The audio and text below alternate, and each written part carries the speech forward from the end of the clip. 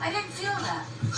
Well, that's because it's actually that dust kicked up by a cushion of air that makes you only hit about 1 mile an hour. It feels like if you were to stand up in your chair, just kind of plop.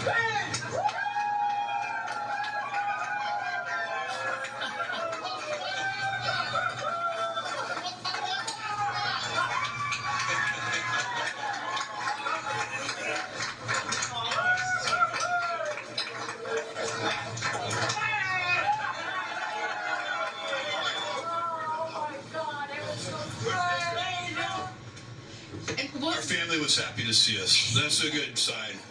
What was that moment like, coming back and seeing your friends and your family here? You have supported them, or they have supported you, that is, your dreams to get to this point. Oliver, your father is here. Joseph, thank you so much for being here. What was that like? Yeah, well, he was a bit more emotional than I would have thought. Like, everyone on the ground was way more emotional than we were. We were just having fun. It's so true. Yeah. Yeah, I think that our family has been extremely supportive through all of this, and I think that I know that my wife was an absolute rock leading up to this, which made the adventure much easier for me. But I know that when we came down, it was sort of time to let those emotions out a little bit. So it was great to see everybody, and yeah, it was a little more emotional than I had anticipated as well. Jeff? Yeah, I mean, I wasn't that nervous, but my family was somewhat anxious about this, and so it was so sweet actually to get hugged by them after it landed, especially my kids and Lauren and my mom and dad and really all of you guys, and we have a bunch of close friends here too, and it just makes me realize how much I love you and how much I'm loved. And Wally, your friend Mary is here.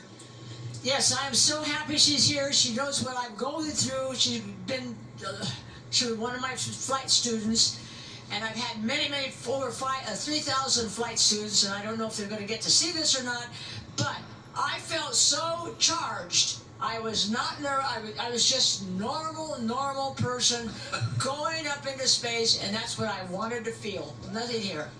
I can confirm that I was never nervous. She was wondering what was taking so long. It's true. We had a 6-minute hold on the pad, and I was like, "Are we going to go or not?" What the hell? We're burning daylight. Let's go. But then, Wally, once we got you going fast, going over Mach 3, and it's this beautiful rocket behind us here, our New Shepard rocket that got the team up to space. And by the way, it also, of course, made its landing back on the landing pad. Why don't we take a look at that landing that we have here?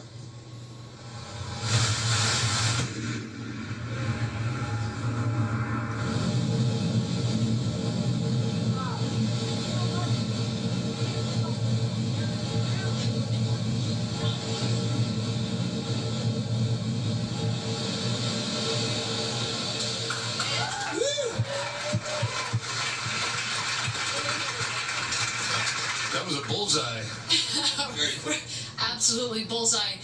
Jeff, a beautiful piece of engineering that our team here at Blue Origin has developed. Would you like to talk to us a bit about why we chose vertical takeoff, vertical landing, being powered by this BE3 engine? Yeah. Because today is not the end, right? We're going further with this technology. No, that's a helpful question, because the fact of the matter is that the architecture and the technology we have chosen is complete overkill for a suborbital tourism mission.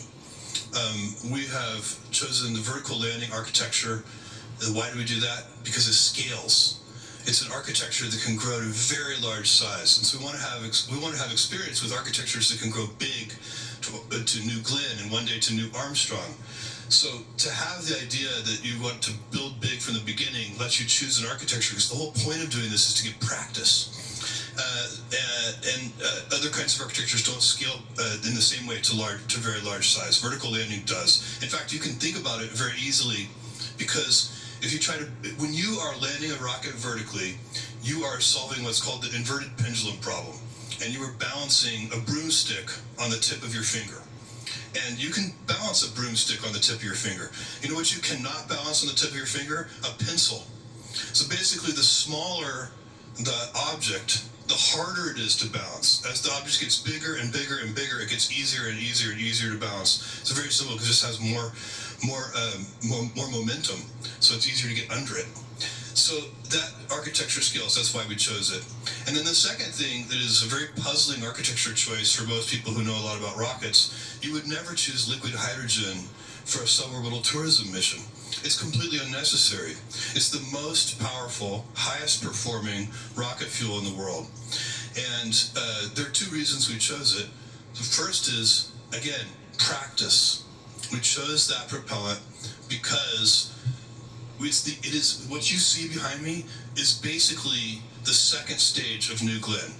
And so every time we fly this tourism mission, we're practicing flying the second stage of New Glenn. And that's where you really do want hydrogen, on the second stage of a vehicle that is designed not only to go into low Earth orbit, but to bodies outside of low Earth orbit.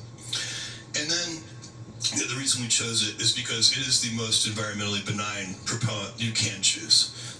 When you burn hydrogen and oxygen, you get H2O.